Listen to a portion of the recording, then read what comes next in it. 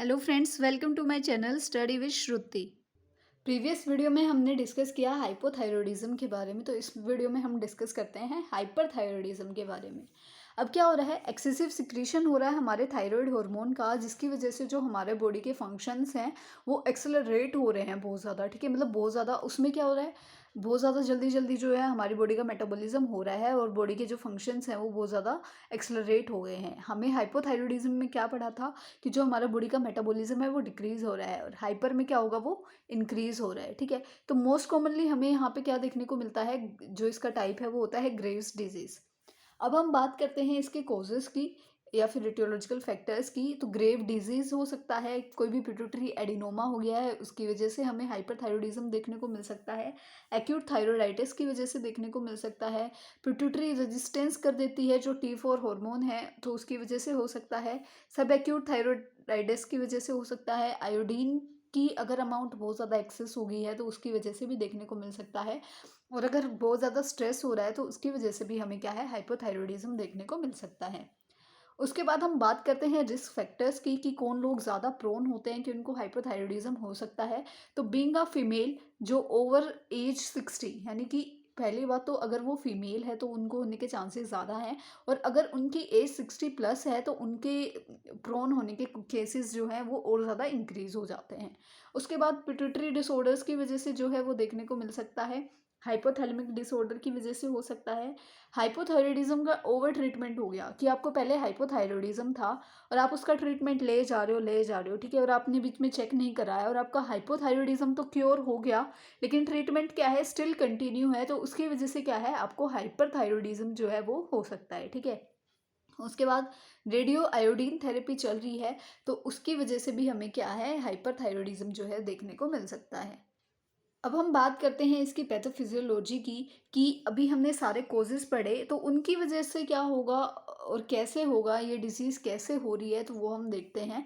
Auto immune disorders की वजह से या फिर जो थायरोडाइटिस हो रहा है उसकी वजह से जो हमारा नॉर्मल रेगुलेशन होता है, कंट्रोल होता है थायराइड, हमारे हॉर्मोन्स पे जो सिक्रीशन होता है थायराइड हार्मोन का, तो वो क्या होता है, वो जो कंट्रोल होता है ना वो डिसरप्ट होने लग जाता है, उसमें क्या है, प्रॉब्लम आनी शुरू हो जाती है, जिसकी वजह से जो हमारा थायराइड हार्मोन है वो स्टिमुलेट ज़्यादा होता है और हमारी बॉडी जो है क्या है, हाइपर मेटाबॉलिज्म की स्टेट में चली जाती है।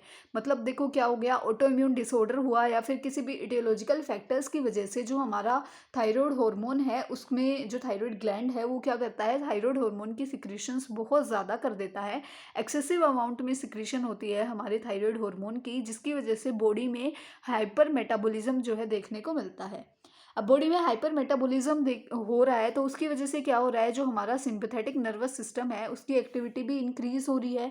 अब इंक्रीज हो रही है उसकी एक्टिविटी, तो उसकी वजह से क्या होगा, अल्ट्रेशन आएगी प्रोडक्शन में और रिलीज होने में हॉर्मोन्स की, जो कि क्या होते हैं, गोनैड से, हाइपोथैलेमस से या पिट्यूटरी से जो भी हॉर्मोन्स सिक्रीट हो रहे हैं, प्रोड्यूस हो रहे हैं, तो उनकी क्या है, उनमें भी अल्ट्रेशन आएगी, जिसकी वजह से हमें दो चीज़ें देखने को मिलेंगी। बिफोर प्यूबर्टी की अगर हम बात करें तो जो सेक्सुअल डेवलपमेंट है वो डिले आएगी, और अगर हम बात करते हैं आफ्टर प्यूबर्टी की तो जो लिबिडो है वो डिक्रीज हो जाती है। उसके साथ साथ मेंस्ट्रुअल इरेगुलरिटीज़ देखने को मिलती हैं, कहीं ना कहीं जो है मेंस्ट्रुअल रेगुलर नहीं रहेंगी, प्रॉब्लम फेस करनी पड़ेगी उसमें।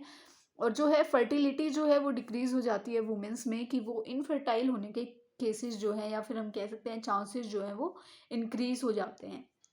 उसके बाद हम बात करते हैं इसकी क्लिनिकल मैनिफेस्टेशन या साइन एंड सिम्टम्स की। तो क्या होता है, इंक्रीज हो जाता है पर्सिपिरेशन। उसके बाद जो हमारा लीवर है वो इनलार्ज हो जाता है, उसी के साथ साथ हमें नोज़िया, वोमिटिंग देखने को मिलती है। बहुत सारे केसेस में डायरिया भी देखने को मिलता है। हैंड्स में ट्रेमर्स आना शुरू हो जाते हैं। हमारे जो हेयर हैं वो क्या हो जाते हैं, बहुत ज़्यादा फाइन और ब्रिटल हो जाएंगे, और हेयर लॉस भी बहुत ज़्यादा हमें देखने को मिलेगा। हमारी जो आइज़ हैं वो बल्जिंग हो जाती हैं, बल्जिंग बिल्कुल देखने को मिलेंगी। जो हमारा थायराइड है वो इनलार्ज हो जाता है। जो हमारी हार्ट की रिदम्स हैं वो एबनॉर्मल देखने को मिलती हैं। जो हमारी एपेटाइट है वो इंक्रीज़ हो जाएगी, और जो लॉस ऑफ लिबिडो यानी कि लिबिडो का जो है डिक्रीज़ होना हमें देखने को मिलेगा। फिर हम बात करते हैं इसकी डायग्नोस्टिक इवैल्यूएशंस की, कि हमें कैसे पता चलेगा, कैसे हम डायग्नोस करेंगे। तो डिक्रीज़ होगा सीरम लेवल में टीसीएच का, और जो हमारा थायराइड स्टिमुलेटिंग हार्मोन है वो हमें डिक्रीज़ देखने को मिलेगा, और जो हमारा T3 T4 या फिर FT4 जो लेवल्स हैं वो इंक्रीज़ देखने को मिलेंगे। उसके बाद हमारे जो सीरम है उसमें कैल्शियम का जो लेवल है वो एलिवेटेड देखने को मिलेगा। सीबीसी करा सकते हैं हम, थायरॉइड स्कैन या फिर थायरॉइड अल्ट्रासाउंड भी जो है हम करवा सकते हैं। अब यहाँ पे आपने एक चीज़ नोटिस की होगी कि हमने हाइपोथायरॉयडिज्म में देखा था कि जो टीसीएच है उसकी लेवल इंक्रीज देखने को मिलती है, और हाइपर में क्या है, उसकी लेवल हमें डिक्रीज देखने को मिलेगी। वहीं पे जो T3 T4 या फिर FT4 है, इसके बारे में हमने देखा था कि ये जो हमारा हाइपोथायरॉयडिज्म है उसमें ये लेवल नॉर्मल रहेगी या फिर बिलो मतलब लो रहेगी नॉर्मल से, और यहाँ पे क्या है, हमें ये इंक्रीज देखने को मिल रही है। तो ये एक डिफरेंशिएट है जो आप याद कर सकते हैं। उसके बाद हम बात करते हैं इसकी मैनेजमेंट की, तो हम एंटी थायरॉइड्स जो ट्रीटमेंट है वो पेशेंट को दे सकते हैं, रेडियो एक्टिव आयोडीन थेरेपी दे सकते हैं, डेक्सामिथासोन दे सकते हैं, बीटा जो एडर्नर्जिक एंटागोनिस्ट है वो हम पेशेंट को दे सकते हैं। उसके अलावा जो भी एडजंक्टिव जो थेरेपी होती है वो हम पेशेंट को प्रोवाइड करा सकते हैं। सर्जरी की अगर हम यहाँ पे बात करते हैं तो हम थायराइड की बायोप्सी करा सकते हैं, थायरॉइडेक्टमी करा सकते हैं। और अगर कॉम्प्लिकेशंस देखने की बात करें हम कि क्या कॉम्प्लिकेशन होंगी, तो हाइपरथायरॉयडिज्म की वजह से हमें थायरोटॉक्सिक क्राइसिस देखने को मिल सकते हैं, जो हमारी बोन्स हैं वो बहुत ज़्यादा ब्रिटल हो सकती हैं, और थायरॉयड स्ट्रोम जो है वो हमें देखने को मिल सकता है।